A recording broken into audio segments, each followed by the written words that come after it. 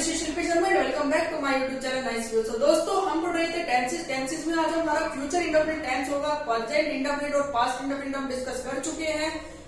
चलिए स्टार्ट करते हैं अपनी वीडियो को। आज हम बात करेंगे फ्यूचर इंडेफिनिट टेंस की आइडेंटिफिकेशन की, रूल की, उसके एग्जांपल्स की, कैसे हम उसको बनाते हैं, सभी के बारे में एक एक करके बात करते हैं। सबसे पहले हम बात करते हैं कि फ्यूचर इंडेफिनिट टेंस की आइडेंटिफिकेशन क्या होती है, उसको कैसे पहचानेंगे कि ये कौन सा टेंस है।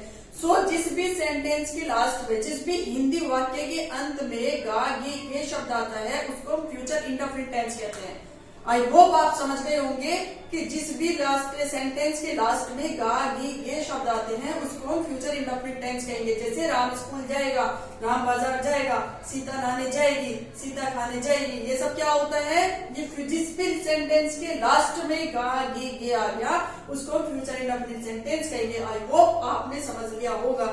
अब there are 4 kinds of any sentences. अब आप समझ रहे हैं ना, किसी भी सेंटेंस को बनाने के उसके 4 टाइप्स होते हैं, जैसे कि affirmative, negative, interrogative and double interrogative. क्या? Affirmative, negative, interrogative and double interrogative. आइए अब हम डिस्कस करते हैं अफर्मेटिव सेंटेंस का रूल क्या होता है। अफर्मेटिव क्या होता है? अफर्मेटिव साधारण वाक्य, मतलब जिसमें सिंपल स्टेटमेंट होता है, जिसमें कुछ नहीं लिखा होता है, मतलब बहुत सिंपल होता है बिल्कुल। उसमें ना नोट लगा होता है, ना वाई लगा होता है, ना वैन लगा होता है, ना क्या लगा होता है, बिल्कुल साधारण वाक्य होता है, उसे हम बोलते हैं अफर्मेटिव सेंटेंस। समझते हैं कि अफर्मेटिव सेंटेंस का रूल क्या होता है। देखिए, सबसे पहले किसी भी सेंटेंस को, अफर्मेटिव सेंटेंस को बनाने के लिए हमें सबसे पहले जरूरत पड़ती है सब्जेक्ट की। उसके बाद हमें किसी भी हेल्पिंग वर्ब की जरूरत पड़ती है। जैसे मैंने कहा कि अफर्मेटिव सेंटेंस के लिए फ्यूचर इंडेफिनिट की क्या हेल्पिंग वर्ब बनेगी, विल या शैल। सब्जेक्ट प्लस विल या शैल प्लस वर्ब की फर्स्ट फॉर्म प्लस ऑब्जेक्ट। एक बार फिर से समझ लीजिए, सब्जेक्ट प्लस विल या शैल प्लस वर्ब की फर्स्ट फॉर्म और प्लस ऑब्जेक्ट। अब हम समझते हैं, जैसे मैंने कहा मैं कल जाऊंगा, आई सेड मैं कल जाऊंगा। मैं कल जाऊंगा। अब आप एक चीज और समझिएगा, किसी भी सेंटेंस को आपको बनाने के लिए उसकी उसकी हिंदी जरूर पता होना चाहिए। समझ रहे ना? मैंने कहा मैं कल जाऊंगा, अब आप सोचोगे कि इसकी हिंदी की क्या जरूरत है, इंग्लिश में भी समझ सकते हो, इजिली समझ सकते हो।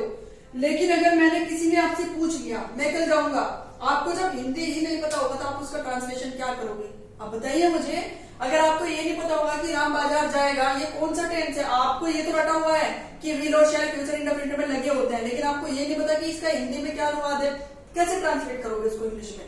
इसलिए आपको हिंदी और इंग्लिश का ट्रांसलेशन का पता होना चाहिए, उसका कन्वर्जन पता होना चाहिए कि ये इंग्लिश में है तो इसको हम हिंदी में ऐसे कन्वर्ट कर सकते हैं, और अगर ये हमें हिंदी में दिया तो इसका ट्रांसलेट हम ऐसे कर सकते हैं। ठीक है, मैंने कहा मैं कल जाऊंगा, सो आई शैल गो टुमारो। आई शैल गो टुमारो। अब ये टुमारो क्यों आया? मैं कल जाऊंगा। फ्यूचर की आप पहले ही समझ रहे होंगे कि फ्यूचर की बात हो रही है तो भविष्य की बात हो रही है। मैंने इससे पहले क्लास में पढ़ाया था past indefinite tense. Past indefinite में मैंने इसमें बोला था कि मैं कल गया। मैं कल गया मतलब मैं जा चुका था, लास्ट में पास्ट में हो गया ना, तो उसका बनता क्या बनता बताओ? मैं कल गया, आई वेंट यस्टरडे, और मैं कल जाऊंगा, सो आई शैल गो टुमारो। समझ गए ना? अब आप एक चीज और समझिएगा, आई और we and you and he, will और शैल का यूज क्या होता है। मैंने कहा आई एंड वी, इसके साथ हम शैल यूज करते हैं, एंड यू एंड ही इसके साथ हम विल यूज करते हैं। अब ये क्या है, ये अनदर क्लास में डिस्कस करेंगे कि आई और वी क्या है और यू एंड ही क्या है। आप मोटा मोटा समझ लीजिए एक बार, आई और वी सिर्फ फर्स्ट पर्सन होते हैं, यू सेकंड पर्सन होता है और ही थर्ड पर्सन होता है। आई और वी फर्स्ट पर्सन होते हैं, यू सेकंड पर्सन होता है और ही थर्ड पर्सन होता है। अब ये अनदर क्लास में डिस्कस करेंगे कि ये क्या होता है, इसके साथ प्रोनाउंसिएशन क्या लगता है, वो सब चीजें बाद में डिस्कस करेंगे। इसका पॉजेसिव केस क्या होता है। अभी आप सिर्फ इतना समझिए, आई और वी को छोड़कर जितने भी होते हैं सब्जेक्ट, सबके साथ में विल लगेगा और ओनली एंड ओनली आई और वी के साथ शैल लगेगा। आपको बस इतना छोटा समझना है। बाकी अब हम बात करते हैं नेगेटिव सेंटेंसेस की। नेगेटिव सेंटेंस क्या होता है? नकारात्मक वाक्य। मतलब ये तो आप जानते हैं कि जिस सेंटेंस में नोट लगा होता है उसको नकारात्मक वाक्य कहते हैं।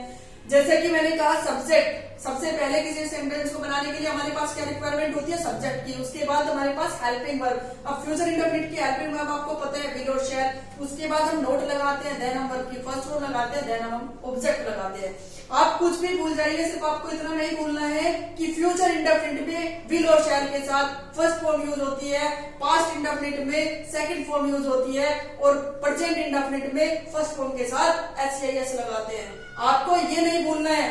जिस दिन आप अफर्मेटिव का रूल समझ गए, समझ लीजिए कि आप टेंस के चारों रूल समझ गए। समझ रहे हैं ना?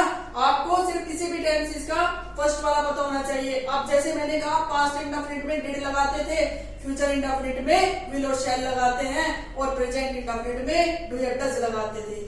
समझ आ गया ना? इतना डिफरेंस आपको जबानी पे पता होना चाहिए कि अगर कोई बोल दे कि राम जाता है तो राम गोज, और राम नहीं जाता है तो राम डज नॉट गो।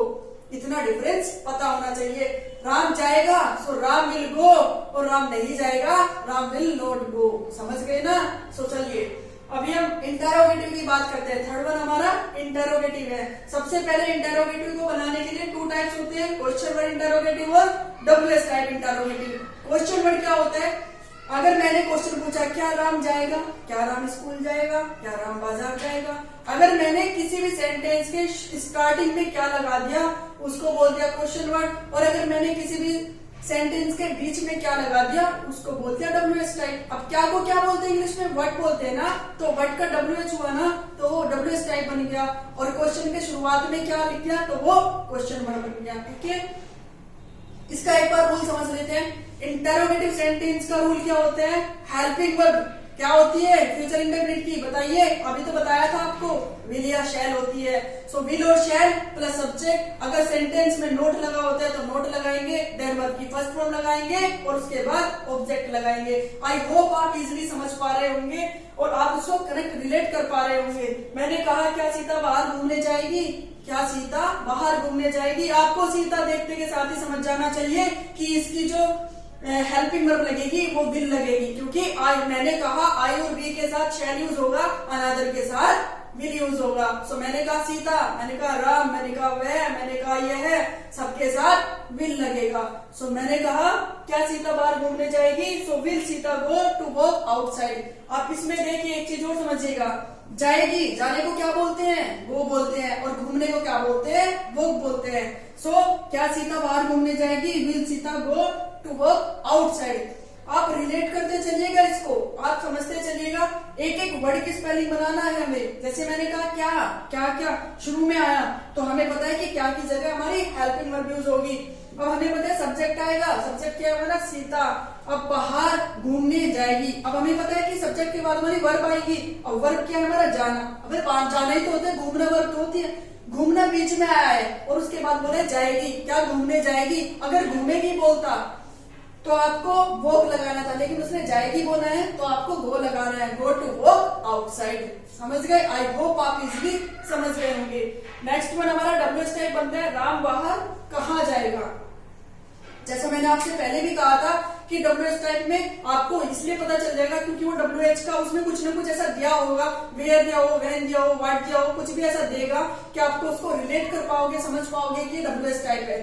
अगर हमारा WH टाइप का छोटा सा एक हमारा सिंपली हमें ये समझ रहा है कि WH टाइप में सबसे पहले WH टाइप की बनेगी, उसके बाद फिर हमारा सेम इंटरोगेटिव ही रहना है।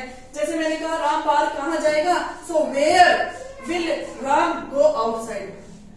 आई होप आप समझ गए होंगे। ये हमारा फ्यूचर इंडेफिनिट आज कंप्लीट हुआ। ये हमारा फ्यूचर इंडेफिनिट पूरा, प्रेजेंट इंडेफिनिट, पास्ट इंडेफिनिट और फ्यूचर इंडेफिनिट हमारे तीनों टेंसेस कंप्लीट हो चुके हैं। आप जाके एक बार प्लेलिस्ट चेक कीजिएगा अगर आपको दोनों आगे के पढ़ने हैं, और आप प्लीज कमेंट बॉक्स में कमेंट करके जरूर बताइएगा कि आपको क्लास कैसी लगी, आपको समझ आया नहीं आया। प्लीज अपना एक बार ओपिनियन जरूर दीजिएगा, अपना सजेशन जरूर दीजिएगा, कमेंट बॉक्स में बताना कि कुछ बेटर हो सकता है, तो मैं ट्राई करूंगी जरूर कुछ बेटर करने की आपके लिए। बाकी ऐसी ही क्लासेज आपके लिए आती रहेंगी। जितने भी बच्चे तैयारी कर रहे हैं, जितने बच्चों को बेसिक से इंग्लिश सीखना है, तो मेरे साथ जुड़िएगा जरूर। बाकी फिर आपका बहुत बहुत धन्यवाद कि आपने मुझे इतना समय दिया सुनने के लिए, इतना आपने समझने के लिए समय दिया। बाकी अगर आपको मेरी क्लास पसंद आई तो लाइक जरूर कीजिएगा, अगर आप चैनल पर नए हैं तो सब्सक्राइब जरूर कीजिएगा, और बस अपना ध्यान रखिएगा। Till then have a good day, thank you.